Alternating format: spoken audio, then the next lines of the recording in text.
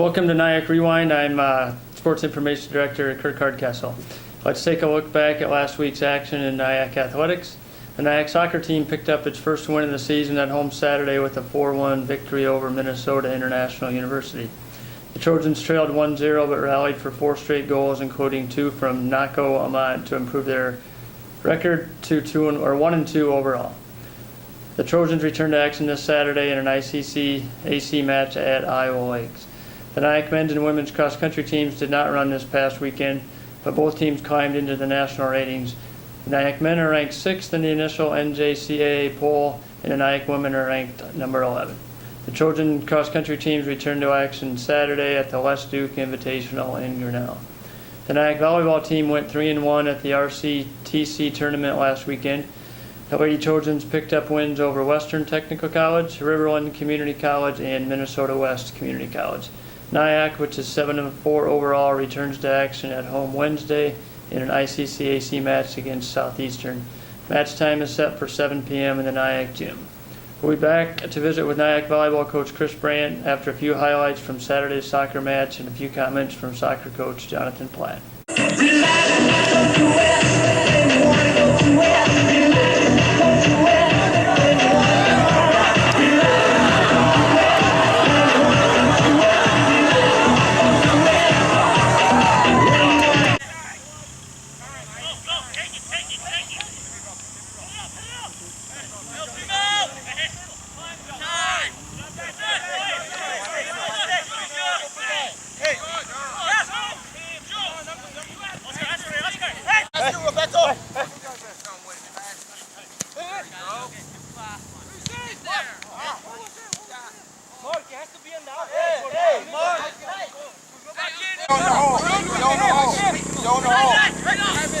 Cut it back.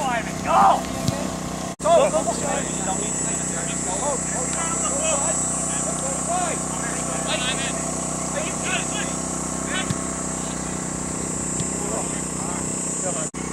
Skylar, 4, Skylar! Hey, right, go by the right side. Come on, Ivan. Go on, yeah.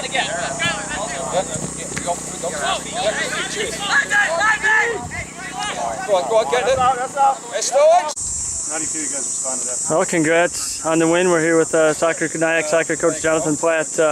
Got down 1-0, but responded with 4 straight goals. What was the difference after you gave up that first goal? I like that we had a little bit of character. We had a tough weekend last weekend, so we looked a little sluggish starting off the game. I think a little bit of a hangover from that. But the big thing was when we were 1-0 down, we kept going. We had the character to stay in the game. Nathan Spores had a couple of big saves, keepers at that side. And we knew we were getting opportunities, so it was just a case of keeping going. And then, we get those 2 opportunities, 2 goals right before half-time that got us right back in the game. Just talk a little bit about that flurry right there. You were down 1-0 and then all of a sudden you're up 2-1. Yeah, it was all about pressure. That's what we were telling the guys. We were sitting off them too deep, allowing them to control the game. As soon as we put pressure high up the field, we got a lot of joy from it. We intercepted the ball, we got little breakaways, and that's what our team can do. We've got a lot of people who are capable of scoring goals, and we showed that today when we put pressure on teams. Talk a little bit more about your goalie. What he provided today. Yeah, he provides that extra bit of stability.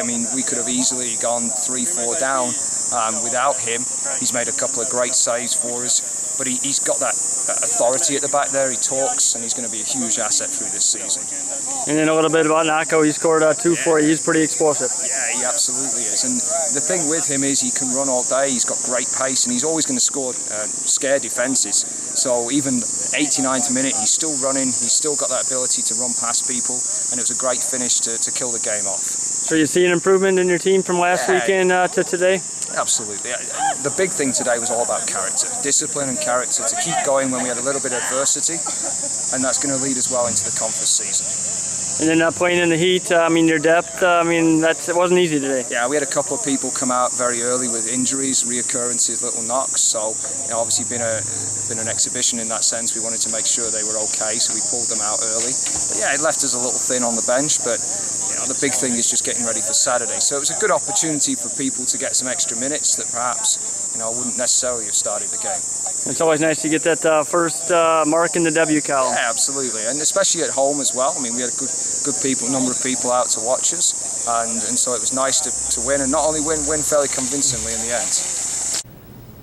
We're back with NIACC volleyball coach Chris Brandt on the NIACC Rewind show. The NIACC volleyball team went 3-1 last weekend at the Rochester tournament. Coach, just give us some highlights from last weekend.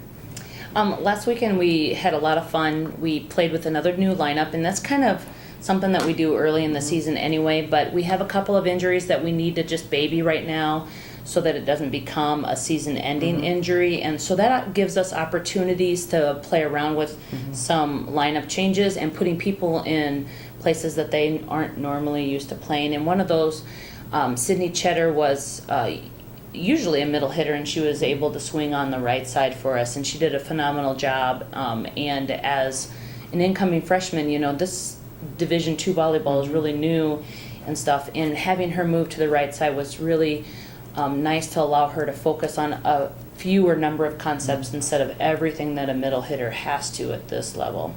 The other nice surprise that we had is Caitlin Hainig needed to play all the way around, and so as a middle hitter she played middle back, and it sure was fun to see someone that tall diving all over the ground, and she was loving every minute of it. So we were able to put some stuff together as a team, and it was just a lot of fun to watch. And then you get to play, obviously, when you go to these weekend tournaments, play some different teams that you don't see out of the conference. That's got to be kind of nice, too. It is nice, and that's one reason why we build our schedule the way we are.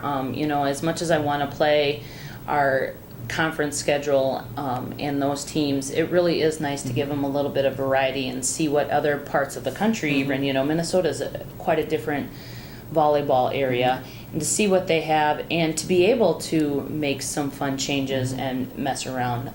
Saturday morning we unfortunately played a decent team, but if we're not going to be playing to our best ability, they're going to quickly find out that anybody can get some good rallies on us and go with it. So you mentioned a couple of your freshmen. Just talk about your freshman class as a whole and how they've adjusted to college volleyball.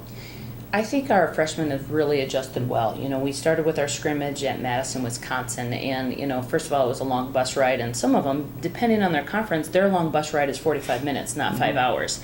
And so just adjusting to some of those small things like that, it takes a little while. And then just realizing what Division II JUCO volleyball really means, and how much different that is from their high school, from setters getting an enormous amount of digs when they've never had to before, or middles not really being necessarily classified as middle hitters but middle blockers. All of those little dynamics that change at this level, it takes a while, and they're really coming along, and I'm pretty impressed with not just their work ethic but how they are making that change. And now school started and practice and tournament. They're well rolling into college volleyball right now. Yeah, they're rolling right now. We started study tables for the first time last week, and now we'll pretty much, until our season's over, have 2 days of study tables, so they'll get about 3 hours of structured study table time. And sometimes that's really valuable, but they need to be able to carve that own time, their own time out to be doing that studying. And that's also another dynamic. They're not with each other 24/7 like they were preseason, and so to try to fit their studying in to work on team dynamics outside of the court and stuff, it will be a challenge here. And now back into the conference play on Wednesday. What are you expecting from your team and your opponent on Wednesday night? Well, our opponent should be pretty tough. They've beat some very good teams, and statistics-wise, they have a hitter who's first in our conference hitting efficiency, and luckily we have the first in conference of our blocking. Okay. Right now Caitlin Hennig just slid up to first spot, and so she's pretty excited to be there, but she's also very aware that many people are going to want to try to get her to move down off of that stage. And so hopefully those two players line up very nicely.